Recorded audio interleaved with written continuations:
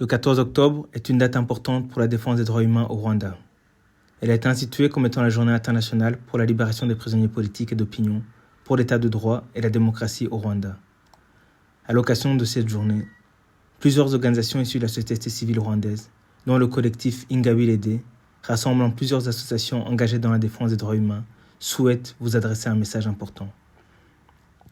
Dans le cadre de la mobilisation pour la libération des prisonniers politiques au Rwanda, cette année 2023, nous mettons l'accent particulier sur le cas des prisonniers politiques dits du 14 octobre.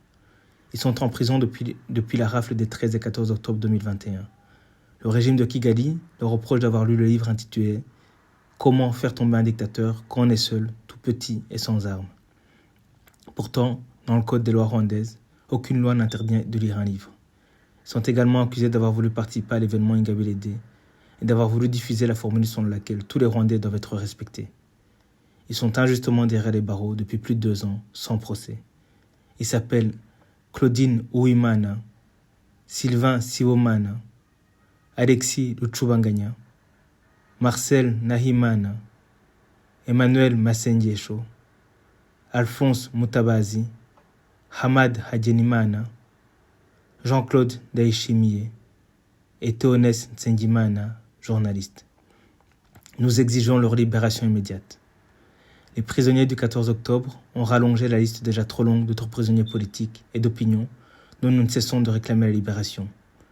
Quelques-uns des plus connus sont Madame Yvonne Idamandier Diamugwiza, Monsieur Aimable Karasira, Monsieur Théophile Nirutwa, Monsieur Deogracias Mouchaïdi, Abdul Rachid Hakuzimana, Dr Christophe Mozayo, Dr Joseph Moussi, Professeur Léonard Munyakazi, des journalistes comme M. Dieudonné Nyonsenga, alias Tchuma Hassan Dieudonné, ou M. Phocas Ndaïzera, et beaucoup d'autres. Chers amis du Rwanda et ses bailleurs de fonds, nous saisissons cette occasion pour vous demander d'user de votre influence pour ramener le gouvernement à ouvrir l'espace politique et à libérer les prisonniers politiques et de conscience.